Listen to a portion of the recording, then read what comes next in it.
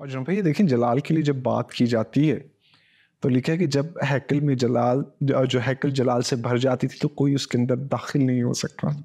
और आप देखें कि जब कोई सीना पर बात होती है खुदा के ज़हूर की तो लिखा है कि इंसान और जो जानवर हैं कोई भी पहाड़ को छूने ना पाए वरना हलाक हो जाएगा। ये उस जलाल की बात हो रही क्यों। और आप जब इसको पूरे सियाको सबाक के साथ नहीं पढ़ते जिसको इस एनालिसिस की जो बात हो रही है फिर अहमदी जमात जैसे स्कॉलर पैदा होंगे हमारी जमात में भी। तो यही पैदा होते तो उसकी बुनियादी वजह है कि हम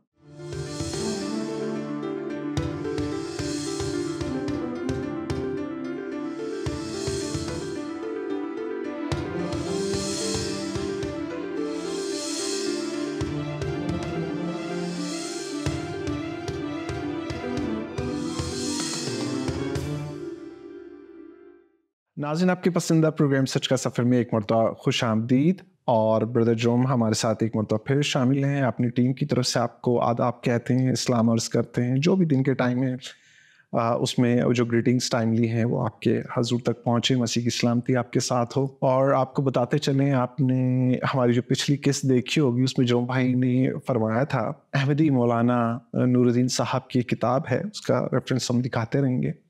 उन्होंने जो एतराज़ात किए हुए थे उसमें जोम भाई ने एक मंतकी बात की थी क्योंकि उन्होंने मंतकी एतराज़ात पेश किए थे। और ख़ूबसूरत बात जो उस गुफ्तगू में हुई थी जो जोम भाई ने आप लोगों को सिखाने की कोशिश की वो मैं उसका लुबेलब आप बता दूं कि बहुत सी चीज़ें हैं जिस पर आप ईमान रखते हैं और उसका एक्सपीरियंस नहीं किया होता और आपको पता नहीं होता। फॉर एग्ज़ाम्पल दो चीज़ें और उनमें से एक सबसे अहम वो ये कि आप ये ईमान रखते हैं कि खुदा लामहदूद है। आप खुदा को तो ईमान के ज़रिए से जान सकते हैं लेकिन ईमान के ज़रिए से मंतकी तौर पर आप लामहदूद को बयान नहीं कर सकते। तो ये जोम भाई का जवाब था अहमदियों के लिए और वो जो गुज़र चुके हैं इस दुनिया से और जो अभी हैं और जो बाद में आने वाले हैं सबके लिए एक ही जवाब होगा कि आप लामहदूद को अपने तजुर्बे की बिना पर बयान नहीं कर सकते और आप तब भी ईमान रखते हैं और मसीहों पे एतराज़ करते हैं। अगले प्रोग्राम की तरफ चलते हैं क्योंकि इसमें कुछ सवालात रह गए थे। जोम भाई अगर आप कुछ कहना चाहते हैं इस सिलसिले में मज़ीद और उसको ठीक है। तो जोम भाई अगला जो सवाल है वो ये कि जो मौसूफ़ हैं जो मरहूम है नूरुद्दीन साहब वो मज़ीद सबूत फराहम करते हुए फरमाते हैं कि ना ही इनमें गनी और खालिक होने के औसाफ पाए जाते हैं कि उनको अलूही ज़ात मान लिया जाए। इस सिलसिले में बहैसियत हज़रतुल मसीह के पैरोकार होते हुए आप क्या शवाहिद पेश करना चाहेंगे? सो देखिए आयात तो बेशुमार पेश की जा सकती हैं मगर मैं फिर पिछली बार दोहराना चाहता हूँ कि इंसान, मैं किसी पर्टिकुलर आदमी की बात नहीं कर रहा हूँ, इंसान जो है मुतकब्बिर भी है और जो है थोड़ा सा मुनाफिक भी है। ऐसे मुतकब्बिर इस सेंस में है जैसे हमने कहा कि ना वो इतनी नॉलेज रखता है अपने इंस्टिंक्ट्स के बारे में ना खुदा की सिफात के बारे में। जैसे हमने पिछली दफ़ा खुदा की सिफात के बारे में कहा था कि उसकी वहदत को आप एलेबोरेट नहीं कर सकते, आपको पता ही नहीं कि वहदत होती क्या चीज़ है। तो इंसाफ से पूछा जाए और किसी से भी पूछा जाए ये कि साहब जब आप खुदा पर ईमान लाने लगे, जब आप अल्लाह पे ईमान लाने लगे या जब आप भगवान पे ईमान लाने लगे तो क्या आपने इस लेबोरेटरी टेस्ट की डिमांड रखी थी कि साहब ये सिफात होनी चाहिए तो मैं मानूंगा? क्या बात, आपके माँ बाप ने आपको बताया, बाद में कुतुब ने आपको की रहनुमाई की। हम ये नहीं कह रहे कि कुतुब रहनुमाई गलत कर रहे हैं, बिल्कुल ठीक कर रहे हैं, मगर आपका अपना एनालिसिस नहीं था। आपके माँ बाप ने बताया कि खुदा ऐसा है, उसकी ये सिफात हैं, आप उसको इस तरह से मान लें और यही आपने मानना है। और आपकी कम्युनिटी ने बताया आपका अपना एक्सपीरियंस नहीं था। आपने मतलब जब ये सारी चीज़ें कर ली तो उसके बाद जो है आज आप डिमांड कर रहे हैं कि साहब मसीह को मैं उसकी सिफात की बुनियाद पर जो है पहचानूंगा। तो सिफात जिसको खुद भी आप नहीं समझ सकते, यानी ये एक तरफ तो आपने खुदा को बगैर सिफात के एक्सेप्ट कर लिया, दूसरी तरफ आप क्राइस्ट को सिफात के साथ एक्सेप्ट करना चाह रहे हैं तजर्बे की बिना पर। तो ये मुनाफिकत है, ठीक है। और मुतकब्बिर इसलिए कह रहा हूँ, क्या आप किस बुनियाद पर जो है आप इतने जो है वो अपने आप को कोई बहुत बड़ा आलिम समझ रहे हैं, खुदा से बड़े होकर सोच रहे हैं कि मैं खुदा का लेबोरेटरी टेस्ट करूंगा। ठीक है साहब, मेरी नॉलेज कुछ भी ना हो वाला, मुझे कुछ पूछे तो कुछ ना पता हो, मगर मेरी डिमांड बहुत ऊंची है। तो ये तकब्बुर है और तकब्बुर करने के लिए खुदा ने मना किया। हम आगे कुछ आयात डिस्कस करेंगे जो की वर्ड्स हैं, मतलब इसके लिए हम अपनी डिस्कशन के अंदर इसको, जिसे आपने गरीब मुतलक और मतलब उनका लफ्ज़ इस्तेमाल किया खालिक का, तो हम उसके अंदर फिर देखेंगे कि हम मतलब किस तरह से। तो ये 2 चीज़ें जो है मैं समझता हूँ कि मतलब हमें देखना है कि ये इन चीज़ों से हमें बचना चाहिए। ठीक है, ये जो आपने सवाल पूछा, मैं इसका 2 तरीके से जवाब दे सकता हूँ। एक तो आयात हम पेश कर सकते हैं सीधे सीधे, ठीक है, मगर उससे पहले एक शख्स बाइबल पढ़ता है, वो अलग नतीजे पर पहुँचता है, दूसरा शख्स बाइबल पढ़ता है, वो अलग नतीजे पर पहुँचता है। हमें देखना ये है कि ये जो नतीजे का फ़र्क है, इसमें कहाँ कहाँ लैप्सेस हो रहे हैं। ठीक है, आप भला किसी भी नतीजे पर पहुँचे अपनी मतलब तालीम की बुनियाद पर। पिछले दफ़े मैंने ये कहा था, किसी भी किताब को पढ़ने से पहले उसे आपको ईमान से इस तरह से पढ़ना पड़ेगा कि जिस तरह से उसका ईमान वाला, उस पर ईमान रखने वाला पढ़ता है उसे। मैं ये नहीं कह रहा कि आप उस पर ईमान ले आएँ, मेरे कहने का सिर्फ मतलब ये है कि आप उसी अंदाज से पढ़ेंगे, तब वो किताब आपके ऊपर अपने इल्म का इंकशाफ करेगी, वरना नहीं करेगी। ठीक है, इल्म का यही तरीका है सीखने में। मैं ये मेथड ज़रूर बताना चाहता हूँ ताकि हम चीज़ों को किस तरह से देखते हैं और लोग उस तरह से अगर देखेंगे तो शायद कुछ नतीजा निकाल सकें। ठीक है, तो चाहे कोई क्रिश्चियन हो या मुस्लिम हो या कोई हिंदू हो, अगर वो किताब मुक़द्दस का मुताला करना चाहता है तो अगर वो ये स्टेप्स फॉलो करेगा तो उसको हेल्प मिलेगी। ठीक, हम चीज़ों को फ़र्क अंदाज से देखते हैं। चूँकि मतलब हमारा ताल्लुक डिस्कोर्स एनालिसिस से है, तो मैं इसकी कुछ मिसालें पेश करना चाहता हूँ। इब्न इंशा की हमने किताबें पढ़ी हैं, तो इब्न इंशा ने एक दफ़ा जिक्र किया, 5 भाई थे और कहानी वही पुरानी है, सब आपस में लड़ते रहते थे, इत्तेफाक नहीं था। उनका जो बाप था बूढ़ा हो रहा था और बिस्तर मर्ग पर था, तो सोचा कि मैं कुछ इनको नसीहत करता हूँ। तो 5 बेटों को बुलाया, उनसे कहा सब इधर आ जाओ और जाओ जाकर एक एक लकड़ी लाओ। तो सारे कहने लगे ये बूढ़ा पागल हो गया है, कैसी अजीब अजीब बातें कर रहा है, इस शहर में ये जो है लकड़ियाँ कहाँ से मिलेंगी हमें। खैर उसने कहा एक दूसरे ने कहा कि भाई देखें बाप जो है बूढ़ा है, अब वैसे भी करीब मतलब जो है मौत है वो, तो हम कुछ ना कुछ तो उसकी ख्वाहिश का एहतराम करें। खैर वो कहीं से ढूंढ ढांड के लकड़ियाँ ले आए और वो लकड़ियाँ बहुत मोटी मोटी ले आए। अब बाप ने देख कर कहा कि सारी मिसाल जो है वो धरी की धरी रह गई, अब करूँगा क्या। कहा खैर ऐसे बांध दो। सब ने जो अब बांधने के लिए क्या करते हैं, खैर एक ने अपना हज़ारबंद निकाला, कर करा के उसने बांध दिया और उसने अब आप इसको तोड़ो। अब जब वो तोड़ने लगे तो ज़ाहिर टूटती कहाँ से, क्योंकि मोटी लकड़ियाँ थी। बाप तो कुछ नसीहत देना चाह रहा था, मगर वो नसीहत एक्चुअली फॉर्मुलेट हो नहीं रही थी। तो उन्होंने कहा भाई अच्छा, उसने कहा अच्छा चलो इसको खोल दो। तो एक लकड़ी को तोड़ो। बाप नसीहत ज़ाहिर है कि यही देना चाह रहा था कि साथ जब लकड़ियाँ जो हैं एक साथ बंधी हुई होंगी, उनको तोड़ा जाएगा तो उनको तोड़ना मुश्किल होगा बनिस्बत एक लकड़ी के। अब एक लकड़ी भी तोड़ना मुश्किल थी क्योंकि वो काफ़ी मोटी थी। खैर उनमें से एक ने हिम्मत की और उसने ज़ोर से उस लकड़ी को तोड़ने की कोशिश की, तो लकड़ी तो नहीं टूटी, उसकी हड्डी टूट गई। तो पाँचों के पाँचों ने यकलख्त एक आवाज़ में कहा ये बुढ़ा गारत क्यों नहीं हो जाता। तो बूढ़े ने एक लंबी सी आ भरी और उसने कहा चलो किसी बात पर तो ये मुत्तफिक हुए। इब्न इंशा की ये कहानी बिल्कुल पुरानी है जिसे उन्होंने नए अंदाज से सुनाया। आखिर में उन्होंने एक काम किया, इस कहानी के नीचे उन्होंने एक डेट लिखी और वो डेट थी 11 सितंबर 1948। क्या बात। अब अपनी इब्न इंशा क्या कहना चाह रहे थे तो दानिश्वर तो समझ ही जाएंगे। ठीक है, तो ये एक तरीका होता है किसी भी बात को कहने का, एक इशारा देने का, जब आप बातों को बिल्कुल क्लियरली नहीं कह सकते। खुदा के साथ भी इसी तरह का मामला है जिसको हम देखेंगे। अच्छा फिर आप देखिए कि आपको राइटर को देखना है तो जैसे बरकरार रहता है। हाँ बिल्कुल, जब आप राइटर को देखना है आपको, आप देखें बच्चे जो है बुक रिव्यूज वगैरह करते हैं स्कूल में, तो उसे बहुत से सवाल पूछे जाते हैं। उनमें एक सवाल जो है बड़ा इंपॉर्टेंट थीम का सवाल होता है, क्या बताइए कि इसमें कितने थीम्स हैं, मेन थीम क्या है, छोटे छोटे थीम्स कौन कौन से हैं।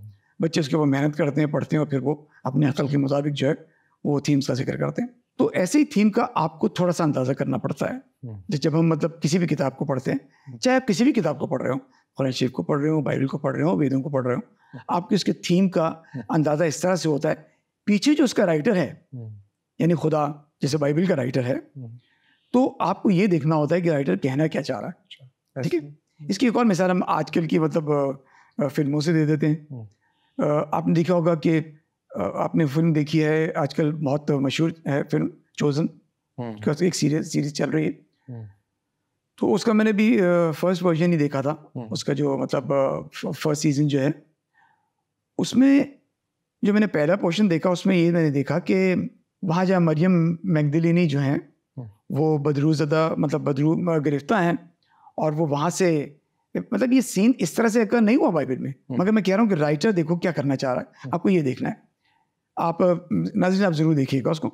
तो वहाँ पर मरियम मैगदलिनी जो है वो बैठकर विस्की पी रही होती है और क्राइस्ट के ऊपर हाथ रखते हैं, उसके हाथ के ऊपर, और कहते हैं कि ये तुम्हारे लिए नहीं है। फिर वो बाहर चली जाती है, कहती है मेरा हाथ छोड़ो, वो बाहर चली जाती है। अच्छा, उससे पहले उसको दिखाते हैं कि वो एक दुआ पढ़ती है, और दुआ क्या है? I am the Lord thy God who has formed you, who has redeemed you, I have called you by your name, you are mine. ठीक है। अच्छा, अब बात ये है कि ये पूरी एक वर्स है जिसकी एप्लीकेशन अब राइटर ने क्राइस्ट के ऊपर करनी है। क्राइस्ट के अल्फाज नहीं है, ठीक है, ये खुदा के अल्फाज है। अच्छा, अब जब जैसे ही बाहर आते हैं जिन्होंने जीसस का कैरेक्टर किया, बाहर आते हैं तो मरियम मैगदलिनी जा रही होती हैं और पीछे से उनको आवाज़ देती है, कह रही मैरी, मैरी ऑफ मैगदला। तो वो एकदम चौंक जाती है और कहती है कि तुम्हें मेरा नाम कैसे पता है? तो वहाँ से मतलब वो कहते हैं thus says the Lord, मतलब अब उसकी एप्लीकेशन क्राइस्ट के ऊपर है। thus says the Lord, I have called you by your name, I have redeemed you, you are mine। ठीक है ना, I have written your name on my heart। और उसी टाइम वो हील हो जाती है, वो हील हो जाती है। possessed अब ये अल्फाज जो हैं क्राइस्ट के नहीं हैं। अब राइटर कहना क्या चाह रहा है? राइटर कहना क्या चाह रहा है? राइटर कहना चाह रहा है कि ये आयात चाहे ओल्ड टेस्टामेंट की हो या न्यू टेस्टामेंट की हो, ज़ात वही है। तो इसकी एप्लीकेशन मैं यहाँ कर रहा हूँ आपको बताने के लिए। तो हमें थोड़ा सा अंदाजा होता है कि राइटर कहना क्या चाह रहा है। अब हम थोड़ी तरह बाइबल की तरफ आ जाते हैं। अब मत्ती की अगर इंजील मुताबिक मत्ती का जो पहले आयत आप निकालते हैं पहले चैप्टर की, उसको हम देखते हैं कि मत्ती ने लिखा क्या है। हम यहाँ से अंदाज़ा लगाने की कोशिश ये करेंगे कि बाइबल का राइटर जो कि खुदा है वो कहना क्या चाह रहा है। ये इल्हाम से किताब लिखी हुई है। जी नाज़रीन, आप हमारे साथ देख सकते हैं हज़रत मत्ती की मार्फत अंजील है, उसका पहला बाब और पहली आयत जो भाई ने दरख्वास्त की पढ़ी जाए।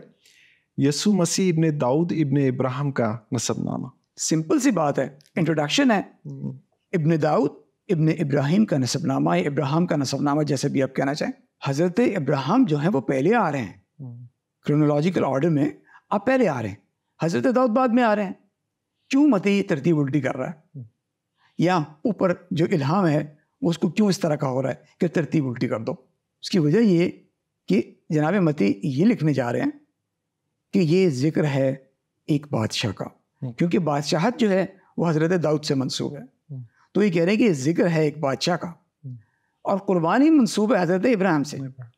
तो ये बादशाह है जो कुर्बान होने आया है, इस वजह से तरतीब उल्टी की है। तो आप फिर समझ जाते हैं कि अब ये राइटर जो है अब इसकी कुर्बानी ही का जिक्र करेगा कि ये किसकी, मतलब ये कौन सा बादशाह है, ये बादशाह क्या करने आया है, ये बादशाह किसके लिए कुर्बानी देने आया है। तो सारी बाइबल में आप वो सारी चीज़ें देखते हैं और इसकी फिर जो है आप ये कहना चाहते हैं कि पहली जो आयत है उसके अंदर पूरा समरी मौजूद है जो होने जा वो आप वहाँ से फौरन पहचान जाते हैं कि राइटर अब करने वाला क्या है। ठीक है, तो हम चीज़ों को इस तरह से देखते हैं। इसी तरह जब हम डिस्कोर्स एनालिसिस पढ़ते हैं तो उसमें ये होता है महल वक़ूअ देखा जाता है, कौन लोग खड़े हुए हैं और कौन किससे बात कर रहा है। अब एक आयत हम और निकालते हैं प्लीज़, ठीक है, और ये है मत्ती 22 बाब 17 से 21 आयत है। नाज़रीन आप रेफरेंस देख सकते हैं हमारे साथ और हम उसको स्क्रीन पे भी दिखाएंगे।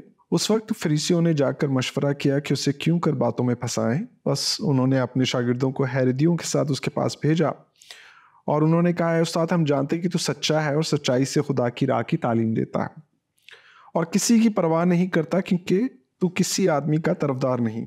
बस हमें बता तू क्या समझता है, कैसर को जजिया देना रवा है या नहीं? यीशु ने उनकी शरारत जानकर कहा, ऐ रियाकारो मुझे क्यों आजमाते हो? जिजिया का सिक्का मुझे दिखाओ। वो एक दिनार उसके पास लाए। उसने उनसे कहा, ये सूरत और नाम किसका है? उन्होंने उससे कहा, कैसर का। इस पर उसने उनसे कहा, बस जो कैसर का है कैसर को और जो खुदा का है खुदा को अदा करो। उन्होंने ये सुनकर ताज्जुब किया और उसे छोड़कर चले गए। देखिए कि देखने में बात बिल्कुल सिंपल लग रही है मगर ये इतनी सिंपल नहीं है। दो रैबाइज एक दूसरे से बात कर रहे हैं। जब रैबाइज जब एक दूसरे से बात करते हैं तो उसके अंदर क्या फलसफा पिन्हा होता है वो आपको देखना है।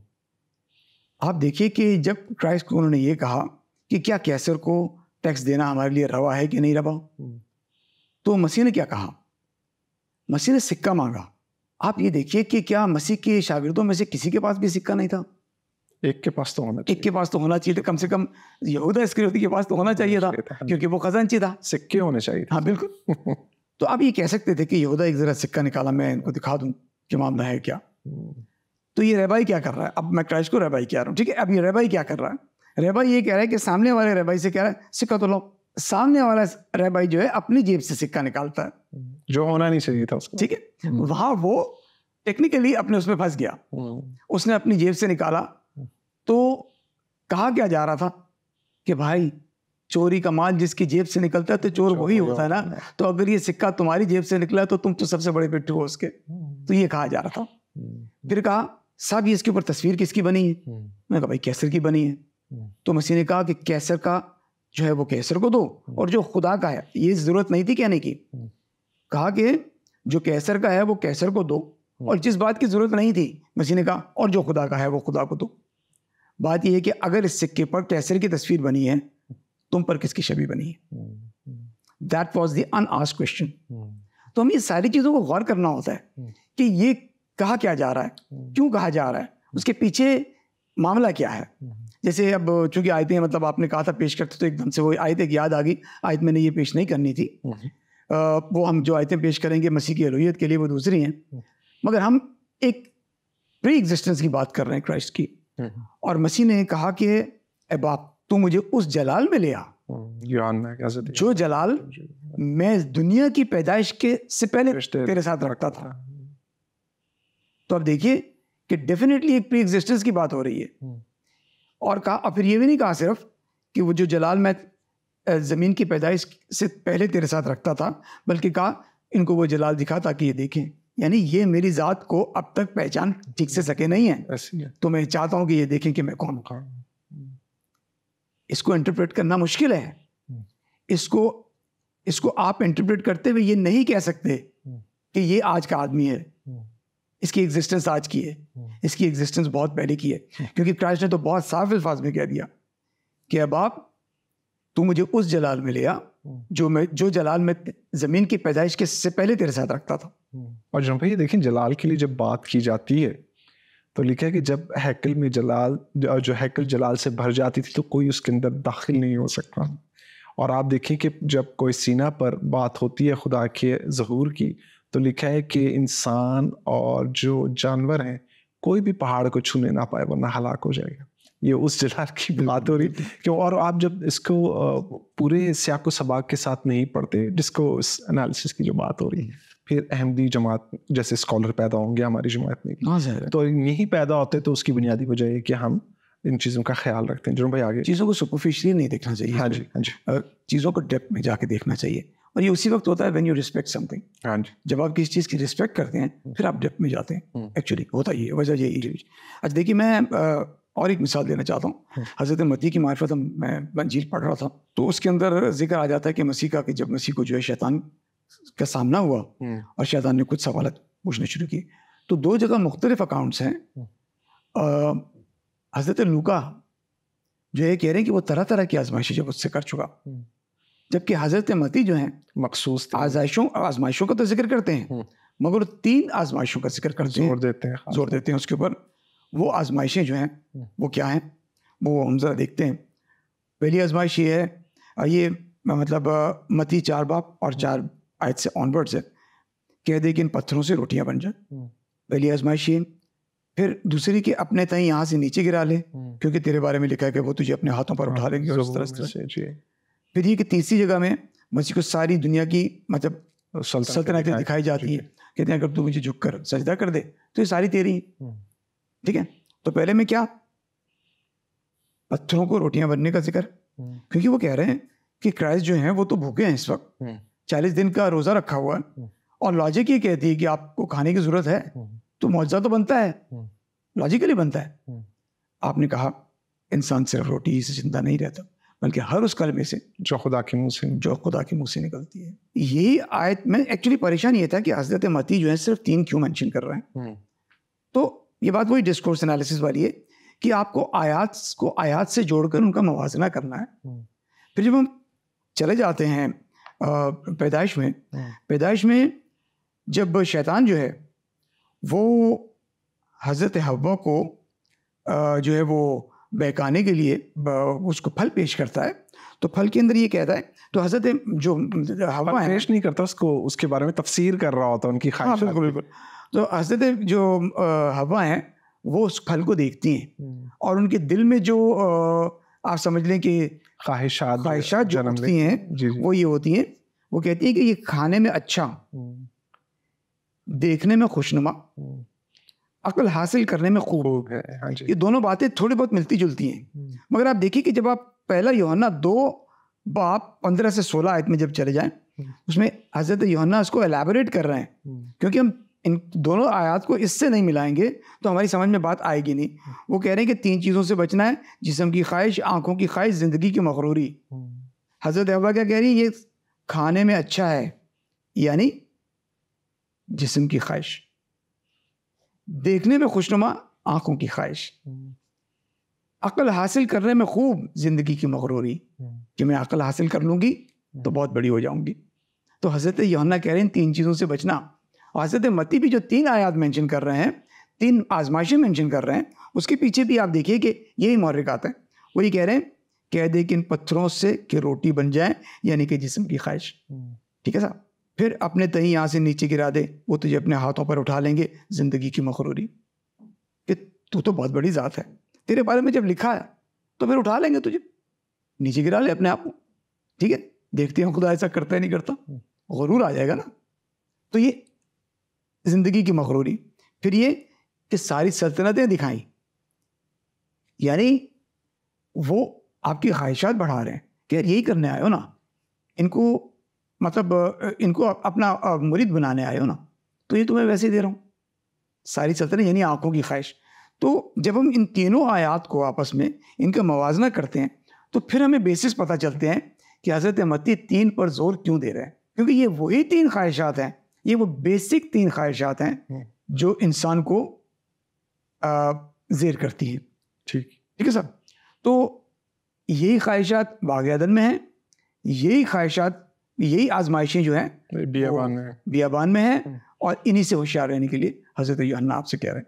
ठीक है, अब आ जाते हैं आपके उस सवाल की तरफ कि मसीह के लिए जो मतलब आयात आप कह रहे हैं कि देखिए, यूहन्ना पहला बाब जो है बहुत क्लियरली मसीह को खालिक बयान करता है। कहता है इब्तिदा में कलिमा था। अब ये कलिमा क्या है? गनी और जो हम मतलब खालिक की बात कर रहे हैं फिलहाल। ठीक। तो जब वो कहते हैं कि इब्तिदा में कलिमा था, ये कलिमा है क्या चीज़? कलिमा बोलने वाला कलाम की बात नहीं हो रही है, ये बात हो रही है लोगोस की, और लोगोस का तर्जुमा अगर मैं करूंगा तो डिवाइन इंटेलिजेंस। इब्तिदा में डिवाइन इंटेलिजेंस थी। डिवाइन इंटेलिजेंस खुदा की ज़ात का हिस्सा है। ज़ाहिर है वो डिवाइन इंटेलिजेंस अगर कलाम जो है मुतकल्लिम के बगैर कुछ हैसियत नहीं रखता, तो लिहाजा डिवाइन इंटेलिजेंस जो है वो खुदा की ज़ात है, खुदा की ज़ात खुद है, समझ लें आप। तो वो डिवाइन इंटेलिजेंस क्या हुआ? इब्तिदा में कलिमा था, कलिमा खुदा के साथ था, कलिमा खुद खुदा था, और फिर ये कि तमाम चीज़ें इसी से तख्लीक पाई।